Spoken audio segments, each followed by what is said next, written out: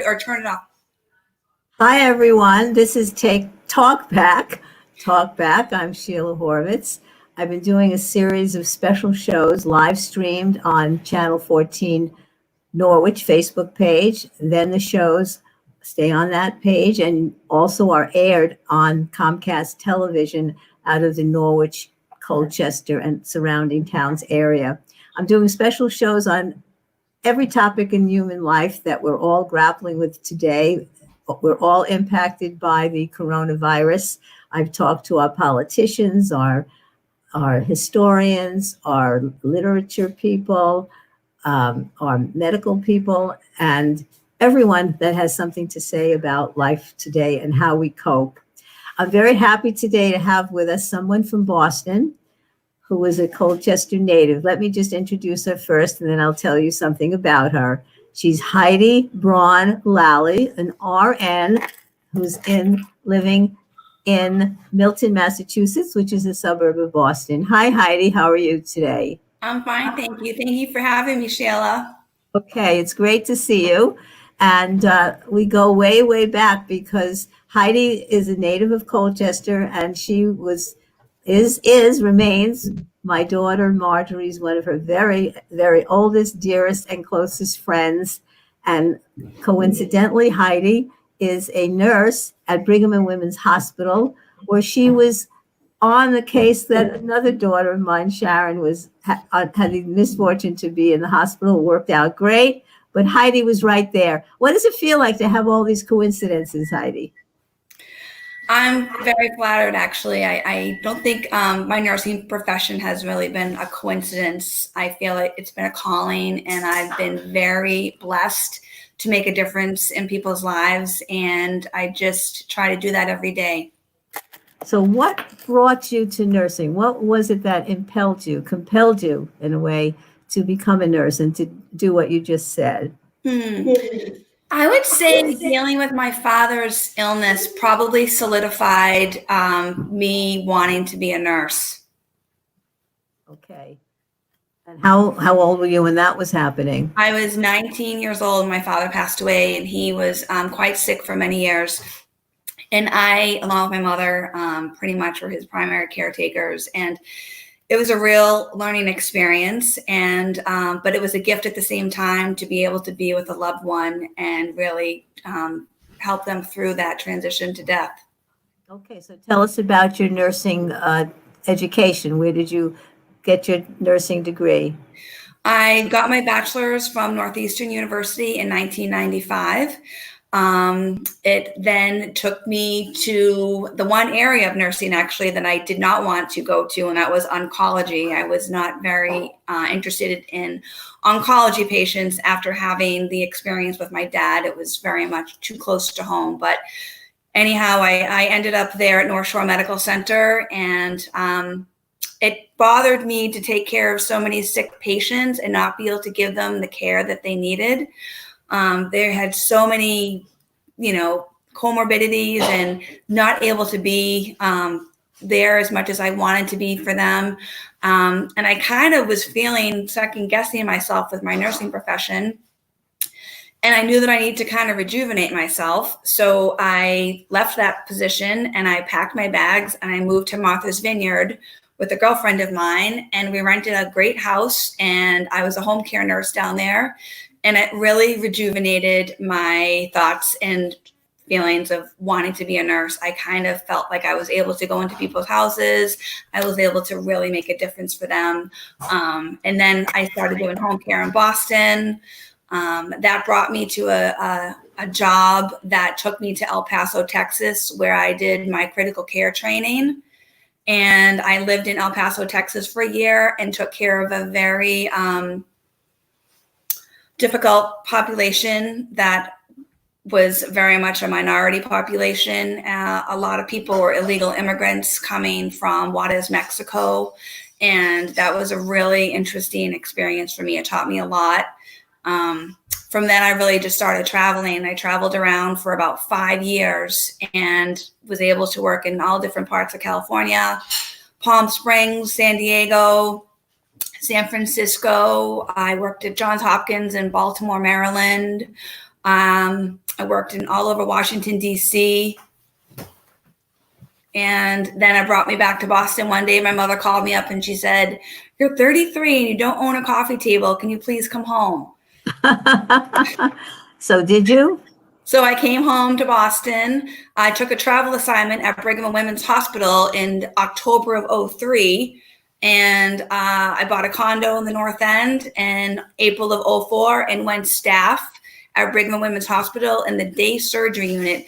When I was a travel nurse, my primary job was in all of the ICUs, trauma ICU, surgical ICU, the medical ICU of Johns Hopkins. I've had some really awesome experiences and have had the gift of being able to see how other people practice medicine in all parts of the country. So until this coronavirus crisis hit us, what were you doing at Brigham and Women's? What was your position then? I had come to Brigham and Women's as a day surgery nurse and had been there in that position for about 10 years. And then about a year and a half ago, I transitioned over to the cardiovascular recovery room. And that basically gave me a patient population of a lot of cancer patients, lung biopsies, renal biopsies. We did a lot of cardiac interventions, stents, pacemakers, cardiac ablations for arrhythmias. And May 15th, I was instructed by my nurse manager that I was going to be, quote, deployed. And because my resume had an extensive ICU background, they then deemed me an appropriate person to be functioning as a nurse in the ICU, the COVID ICU. Well, you said May. Did you mean March 15th? You said May 15th. March 15th is when I was technically given my walk-in papers out of my unit. Right. So you left your unit March 15th and you were deployed into the COVID unit. Up until that, with all of the experiences that you've had in your nursing career, have you ever experienced anything like you have the last several weeks? Never. Okay. I want to go through that because I think a lot of people are at home. They are concerned about themselves and their loved ones. We're wondering when we're going to be opening up. We're wondering if we're on time, if we're too early, what precautions we may take, and whether or not there will still be further outbreaks in the future. We're all living on edge, wondering about this, and you were right in the heart of it. So tell us, what was it like your very first day you went there? What did you see? I'm very moved even just having this conversation with you. It was, I can't even begin to put it to words. I kind of felt like I was in a movie. I kind of felt like it was just very surreal to me that, I was watching the news. I was seeing what was happening in New York. I was privy to what happened in China. And I have a girlfriend who has family right in Italy. And she was very much keeping a few of us informed about what the day-to-day lives looked like for her immediate family members in Italy. And I kind of just still felt very removed from it. I never really pictured myself needing to make the interventions that were put in front of me. So what did you see that first day when you walked into the COVID area? What was the area like? Is it a separate part of the building, a separate ward? How is it delineated? So the Brigham and Women's Hospital has a brand new 10-floor Shapiro building. And typically that 10th floor has been home to the cardiovascular population of our patients. It all has negative pressure rooms, which is what is a key component when you take care of a COVID-19 patient. So basically we had to transfer all of those cardiovascular patients out of that Shapiro building into the tower, which is the original part of the Brigham and Women's Hospital. We then converted those 10 floors into all COVID-19 ICUs. Most of those floors could house between, 20 and 30 patients on either side. So we were really prepared to almost have a 600-bed ICU overflow for any patient population that we were going to be seeing related to the COVID crisis. My first day on the unit, I walked in and it was a lot of people working together. It was a lot of people being in an unfamiliar place. It was a lot of people being asked to do things in their scope of practice that they've never been asked to do with minimal training. I was given an 8-hour ICU crash course, which involved YouTube videos of us being prepared to then embark on a potential 5, 6, 8, 10-week endeavor of the COVID-19 population. We really were asked to be very accommodating and flexible moving forward. It made a lot of us uncomfortable, but we knew that we needed to rise to the occasion. My first day there, it was, I want to say, part pandemonium, part organized chaos. Did you get a lot out of that 8-hour session? Were there things that you felt you learned, and what things did you feel you didn't know after you finished that 8-hour training? Having been out of the ICU so long, I was very concerned of how I would function independently in the patient population. The medications are different. The algorithms are different. The patient population was different. This was a patient population that the ICUs really hadn't seen before. These patients were having pretty significant respiratory compromising situations, and we basically had to learn a lot very quickly, and relying on our colleagues from the other institutions that had been caring for these patients for X amount of weeks prior to them coming to us. Was the area that you were working in, was it accommodating all of the patients? Was it too crowded? Was there enough room, enough space, enough equipment? Talk about that. I want to say that the Brigham and Women's Hospital was extremely prepared to fulfill the potential influx of these patients. Personally, in my 5 weeks being in the COVID ICU, the nurses never were required to take more than 2 patients at once. We had seen an ICU role that it was to be 1 ICU nurse with an ICU extender nurse and 3 sick patients. We never, as the ICU nurse, never had to care for more than 2 patients at a time. We never had to share a ventilator. Patients did not ever have to share a ventilator. We never really had to put more than 1 patient in an ICU room. We were sufficiently staffed, we were sufficiently given PPE, and we had the sufficient equipment. We never came close to running out of ventilators for our patients. How about the masks? They talk about the fact that some nurses have to wear masks more than they are supposed to. They have to wear them for more than 1 patient exposure. Talk about that. What about the masks? So initially, when the crisis came, there was a big concern regarding the N95 mask. Essentially, we were given 1 N95 mask, period.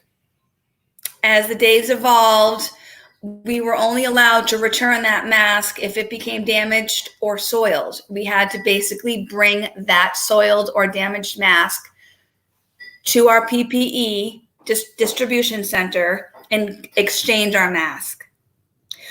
Our mask was considered soiled if you were in a patient's room that was being intubated, or if you were being subjected to a patient getting an aerosolized procedure. That mask was then deemed soiled. You were then entitled to a new mask.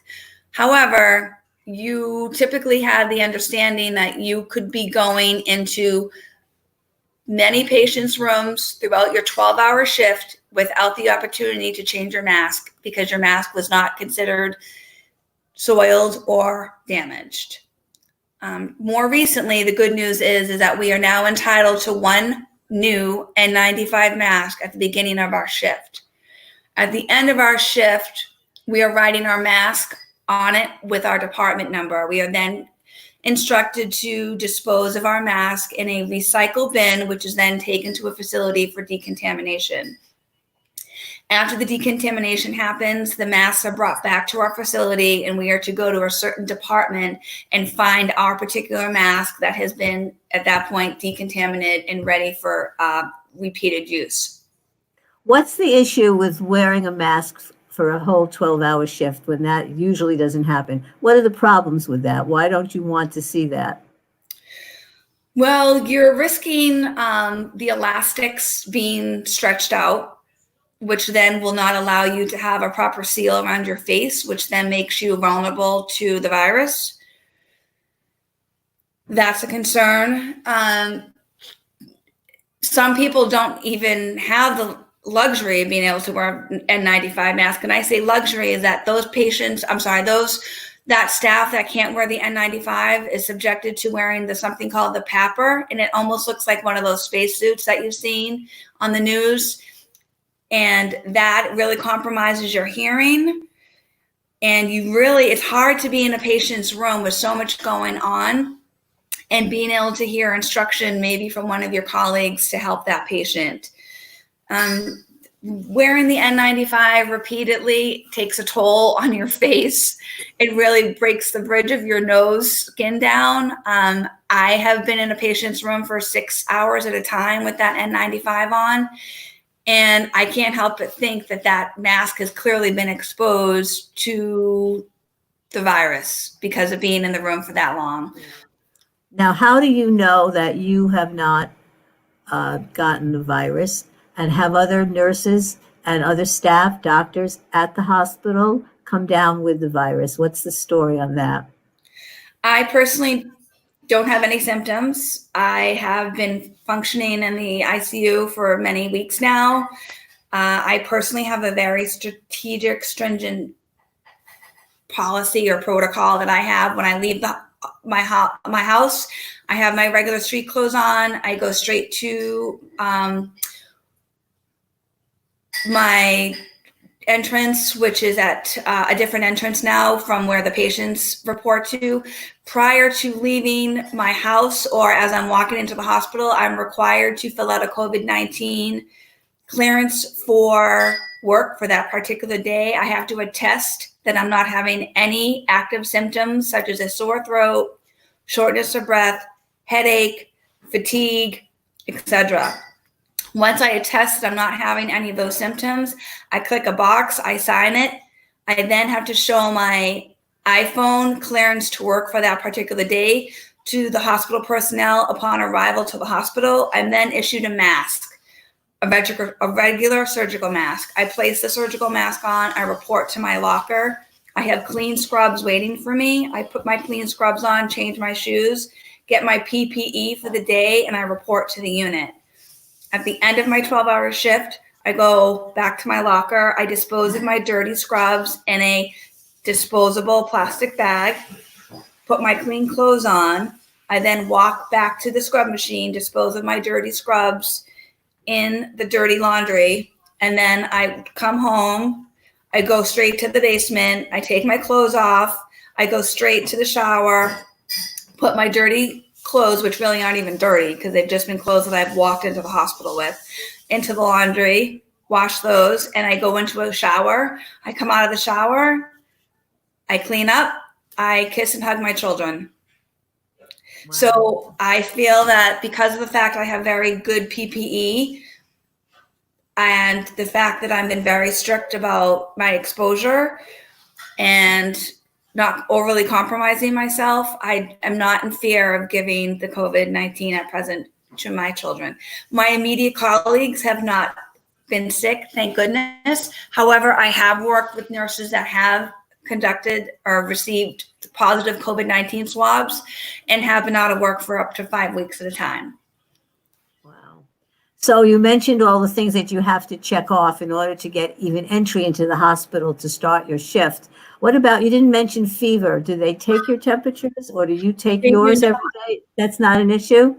Well, it's part of our checklist. We have to attest if we're having a fever or not, but there's nobody actively taking our fevers from a staffing standpoint.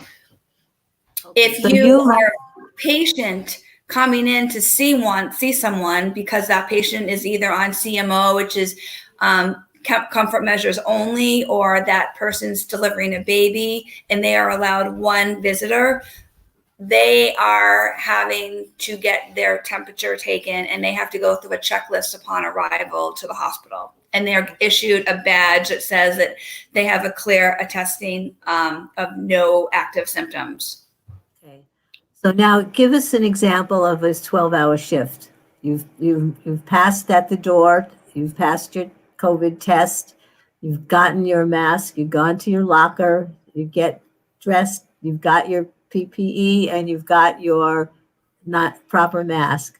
What do you do next? Describe what one of your typical days has been like. I have reported to one of the many ICUs. In the beginning, there was many admissions coming in at once. These admissions were either coming from an outside hospital, they were either coming from a nursing home, or they were coming from the emergency room. Typically, when these patients are coming to the emergency room, they are been found to be suffering at home for many days or even weeks with COVID-19 symptoms. They're coming to our emergency room with a known positive COVID-19 swab from either 5, 10, 12 days prior, and they've been suffering at home. They come to the emergency room typically with shortness of breath, and they are decompensating very quickly upon arrival to the emergency room. They are then quickly transferred to the ICU. And for instance, this patient would be coming up on requiring some oxygen requirements. And we notice that typically the oxygen requirements increase very quickly. When they increase so quickly, we need to make a decision whether or not this patient needs to be intubated, where they're then given an artificial airway to supplement their breathing. And they're then is that what intubation means, so people will understand? What does it mean to be intubated? You're given an endotracheal tube in your airway and set on a ventilator, where the ventilator is breathing for you to relax and rest your lungs. Okay. So by the time somebody comes to the hospital, you're saying that they've already been suffering at home with a lot of symptoms. Do you feel, since by the time you see them in the ICU, many of them are needing intubation, needing that ventilator, and many of them are not surviving? You think people are not coming to the hospital soon enough with their symptoms? Is that an issue for you that you see? I very much think that's an issue. People are suffering at home because they've been told to stay home, right? There's a stay home order, stay home, stay home.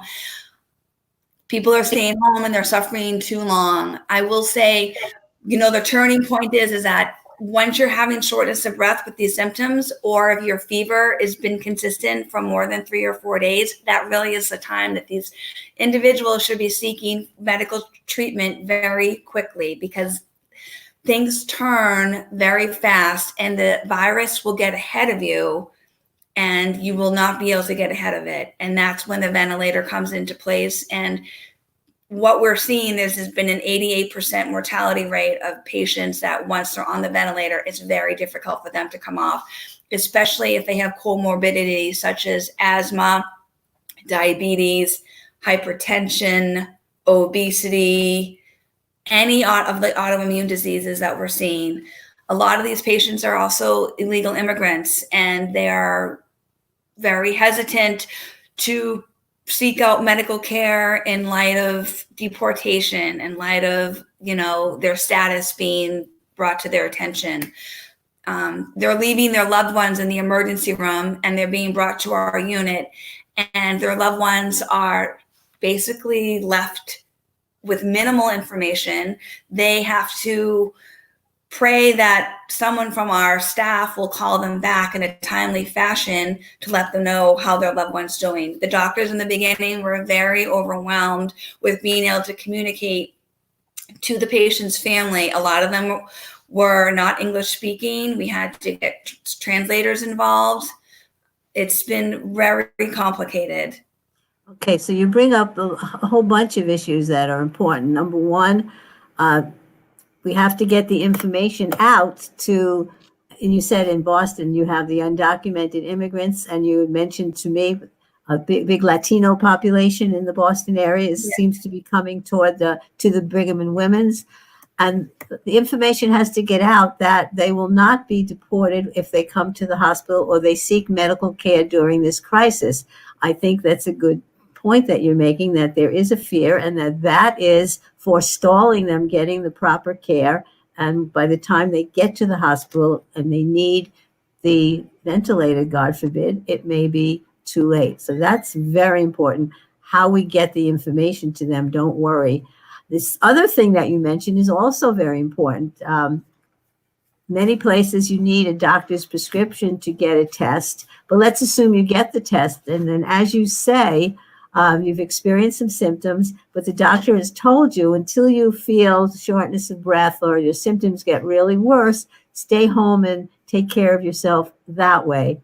And too many people are not taking advantage of getting to the hospital sooner. So my question is, if you're feeling maybe not like you have total shortness of breath, but your symptoms are just going on, they're not stopping, do you have to call your doctor first that gave you the test, or the clinic first before you're admitted to the hospital?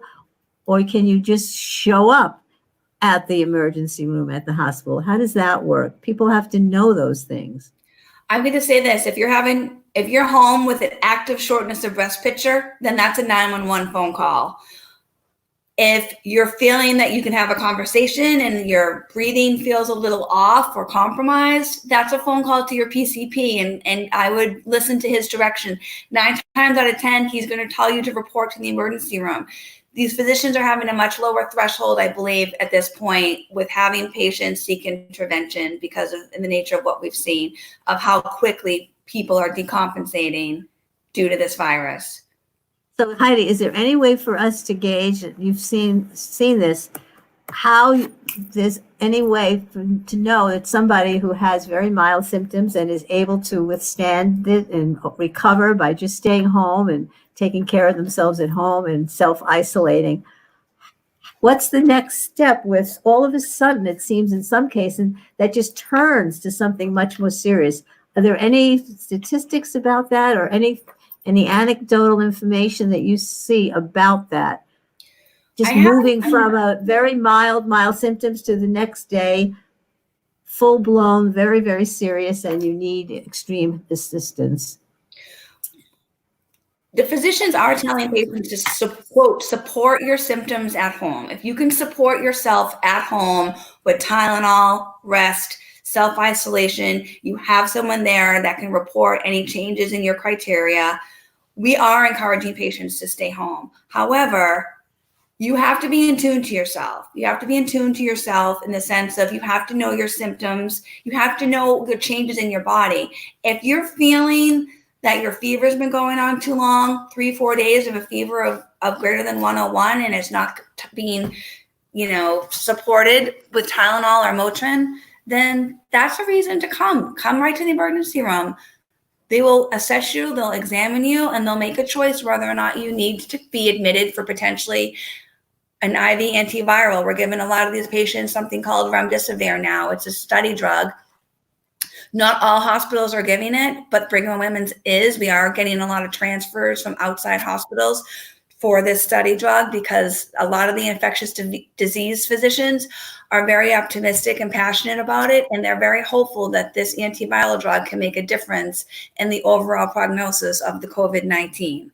But I just can't encourage people enough that if you're home and you're feeling like your symptoms are getting ahead of you, then you need to come to the emergency room, reach out to your PCP.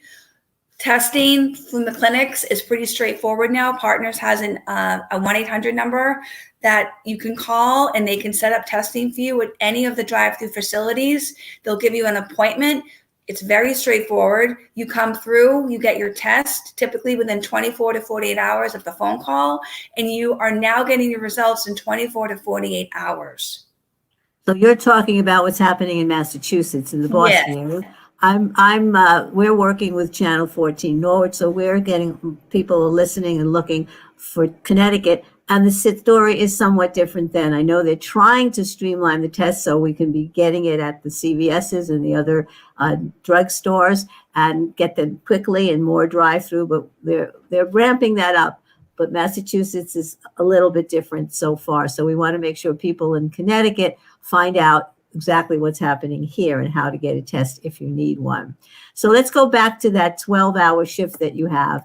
You said at one point you were spending 6 hours with one patient. Describe that. What is that like? So you're basically need to be in the room because there's so many interventions that have to happen so quickly. So for example, we had a patient not too long ago that came in from the emergency room. He was on just a little bit of oxygen, but we could see that he was starting to work harder and harder, and the choice needed to be made for the intubation. If the patient's not able to consent for themselves, then we need to reach out to the family member to let them know what's happening and that it's in the patient's best interest to move forward with the intubation to allow him to be able to get the best opportunity for survival. So when that happens, things have to move very quickly in the room. You have to have your IV ready. You have to make sure that the patient is safely in the bed. You have to make sure all the personnel is aware of the interventions that are happening. You need to have your medications ready.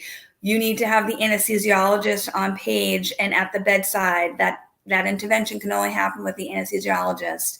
He is in charge of putting that, he or she is in charge of putting that airway in. Also the CRNA, which is a certified registered nurse anesthetist, they are also able to do the intubation at the bedside.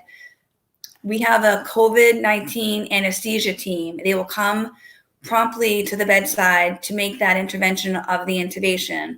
Once the intubation's done, we typically do something called line the patient up, where we want to get our IV access typically through a big vein that's in the neck, and we put a central line in to give the patient drugs quickly and swiftly to get the medications on board that they need. The respiratory therapist is there. This intervention can't happen. The intubation cannot happen without the respiratory therapist at the bedside. There's a conversation between the anesthesiologist and the respiratory therapist about what kind of settings this patient might need on the ventilator. How much support does this patient really need? What is the best benefit lung-wise for this patient? Once all that happens, oftentimes, even with the ventilator settings, the patient's still not ventilating well. And then we make a choice about proning the patient, which is a process of the patient being placed on its stomach, his or her stomach. So think about all the drips that are happening. Oftentimes after the patient gets intubated, their blood pressure can drop very quickly. So we'll need to start medications to support their blood pressure. So now they're on blood pressure support. They're on a ventilator. They're in basically a medically induced coma where they're not aware of their surroundings. They can hear, they can follow commands sometimes, but not always. It depends on how deep the sedation is. Once the decision is made for the proning, the patient has to be actually paralyzed where they're given neuromuscular blockade. And once that's on board, the patient is prone. So we have a proning team that comes in, which involves a physical therapist, an occupational therapist, and a few RNs. And we basically flip the patient safely. It can be very involved with the breathing tube in. It was really quite an experience to be part of, to see that the lines don't get messed up, that the airway doesn't get compromised. Someone has to be at the head of the bed to make sure that airway does not move. You lose that patient's airway, everyone's in a lot of trouble. Once that patient's prone, we leave them proned for typically 16 hours, and every 2 hours we have to rotate their head. Before the proning happens, we have to support their skin, and we put Duoderm basically on any of their pressure points, their knees, their ankles, their elbows, their shoulders, their chest, their face. They're very prone to pressure sores when they're in the proning position. We've had patients come from outside hospitals that have had terrible pressure sores on their face because they weren't turned in a timely fashion. It's really difficult to support those wounds once they happen. Wow. And basically, once those things happen, it's still no guarantee that the patient's going to be smooth sailing. A lot of things need to be manipulated and titrated. the neuromuscular blockade. You want to make sure that patient has a deep enough sedation. You need to make sure that patient's being rotated and turned sufficiently so that they're not prone to the bed sores. Making sure the patient's getting all the drains. We have to put a Foley in. Keeping in touch with their eyes and nose, getting their antivirals on board, supporting them with the IV Tylenol. It's oftentimes they'll need a cooling blanket because they come with such high temperatures, up to 103, 104. Wow. So you said even once you start that very involved process with all of that staff required there, still 88% of those who go on the ventilators do not survive, right? Okay. So is there a percentage that come in to your ICU who are needing maybe just some oxygen and don't ever get to the level of ventilators and eventually go home? Are we Yes. talking about people like that? What percentage of people do we have that way? I haven't been privy to that population because that's in the COVID step down, and the patient population I've seen has been more critical, requiring the ventilators. However, we have a large population of patients that are being admitted with only oxygen requirements, that are only needing the IV remdesivir, and they're doing quite well after a 5-day course of the remdesivir, and they're able to go home. So there is a number of patients that are just being admitted for a little bit of support from the antiviral and oxygen, and they're able to go home. And I had the experience of watching a Operation Hope on Thursday, which is my last shift. And it was a really special overhead that they call as Operation Hope. And all of my 5 weeks working, I worked between 2 and 3 days a week. I have not heard an overhead Operation Hope. My colleagues have. I just personally haven't heard one. And I heard one on Thursday. And basically, it's an overhead and it says Operation Hope. If you are any available staff, you're encouraged to go down to the main lobby, and they will play an overhead song like Rocky or You Are My Sunshine and something inspiring. And you go down and you applaud and you wait for that patient to be escorted within a wheelchair out the door. And it's so moving to see. It's so moving to see. It was really, it made my heart smile. Oh, that's great. But some of those patients, the ones that you say come in and successfully make it, does some of that crowd at some point have to move up to the more critical area where you were working? Definitely. We have a fair amount of patients that get transferred to us from the step down unit. And it's been really difficult to see because once you think that they're doing well, it's not always the case. This virus has given you a little bit of a false sense of security. Sometimes if you feel that your patient's doing well, they can all of a sudden turn and not be doing so well. We've seen patients in their 20s. We've seen patients up into their 80s. What's happening if your patient is finding that they're not getting overall good comebacks or feedbacks from the drug, we are then getting palliative care involved, and we have to have a conversation with the families about termination or end of life, that we've made all the interventions we can make, and unfortunately their loved one has not seen the results that we were hoping for. Yeah. We've had to get palliative care involved, and because of the lack of not being able to have family member at the bedside, we've had to utilize the iPad. Palliative care will come up and give the nurse and the patient and the family member an opportunity to have either an audio video or a physical video. The nurse goes in with the iPad, and the family member is able to at least talk to their loved one through the iPad and just have some conversation with them. It's been very difficult to witness. Yeah, I was going to say, you must have witnessed some of those. Yeah, I have, and I just encourage the family member that we're here for their loved one. I'm holding their hand. I understand what it's like to have a loved one in the hospital. And I can't imagine being so removed from my loved one during such a time of such need. And the nurses have made an incredible difference. And I have been so fortunate to be witness to the nurses that have gone above and beyond for their patient population. We've had husbands and wives together on being admitted to the hospital, but they've been on different floors.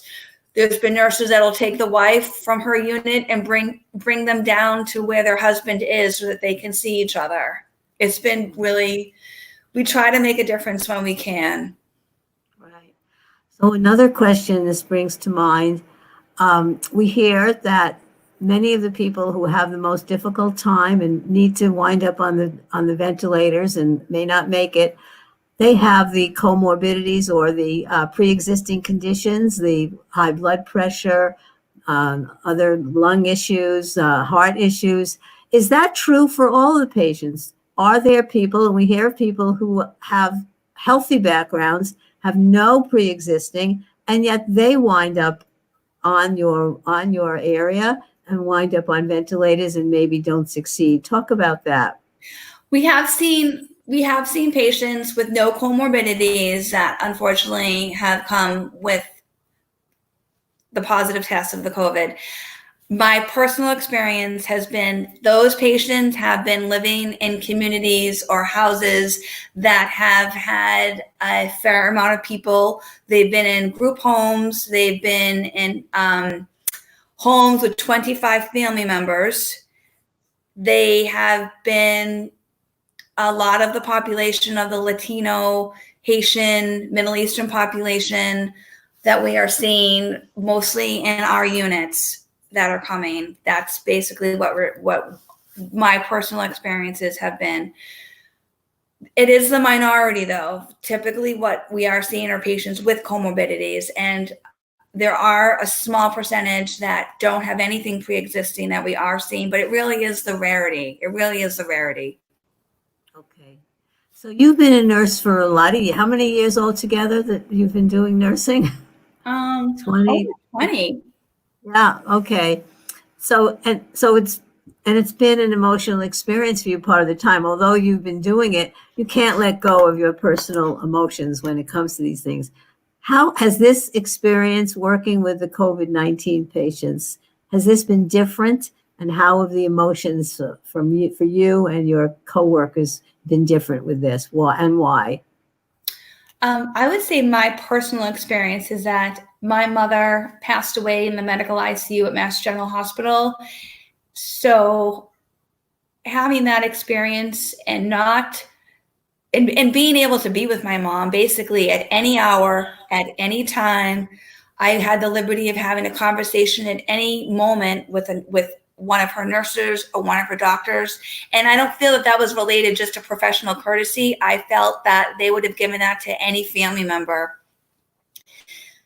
I cannot imagine not being able to be with my mom during a time like this and not being able to hold her hand or support her through this. I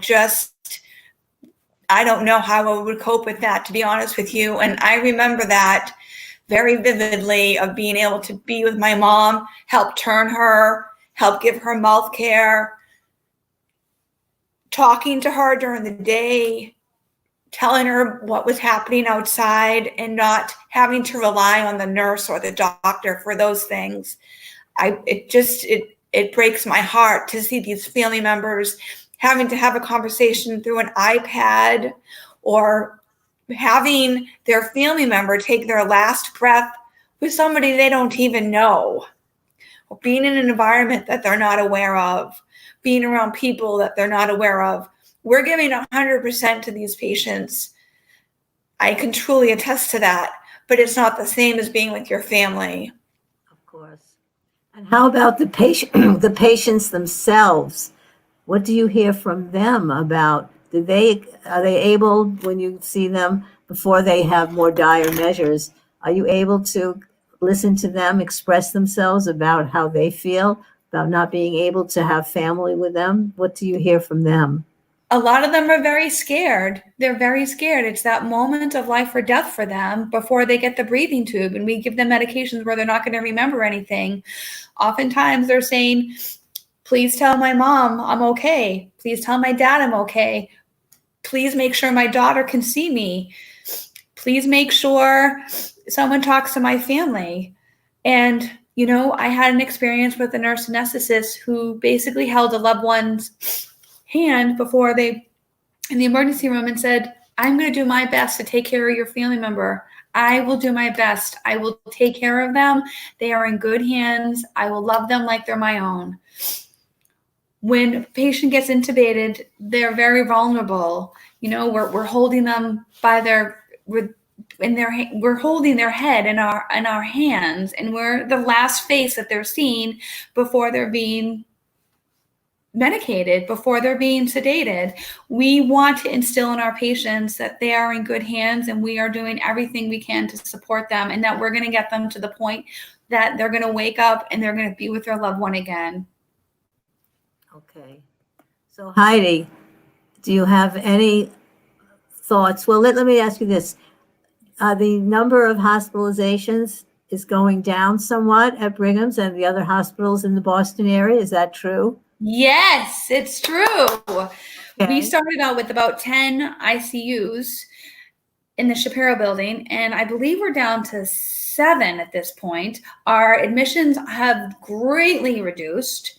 Our staffing is very sufficient that we're able to redeploy the nurses that were staffed in that ICU to support them, are able to go back to their original origins of care, to their procedural areas.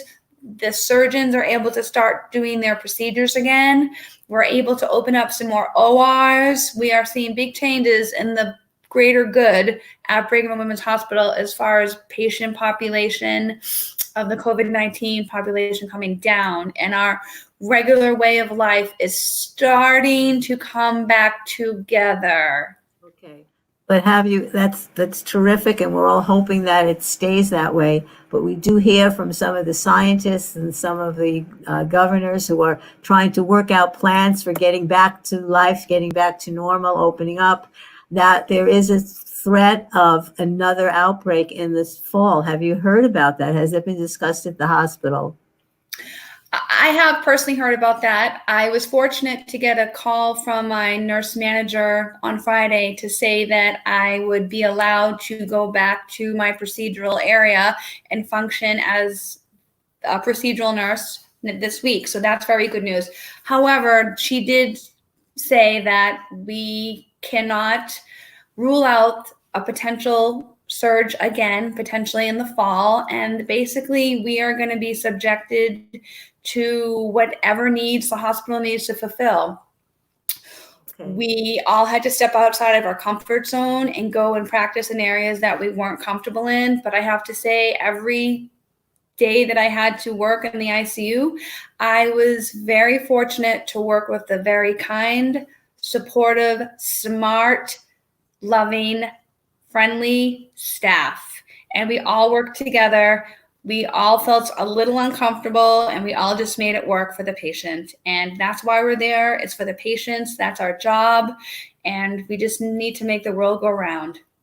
Okay, well, that's a wonderful way, I think, to end. So on behalf of everyone, I want to thank you and all of your coworkers for going above and beyond, taking on the risks of getting sick yourself, to show not just your medical help, but your love, your support, your caring for these people who couldn't have their loved ones with them.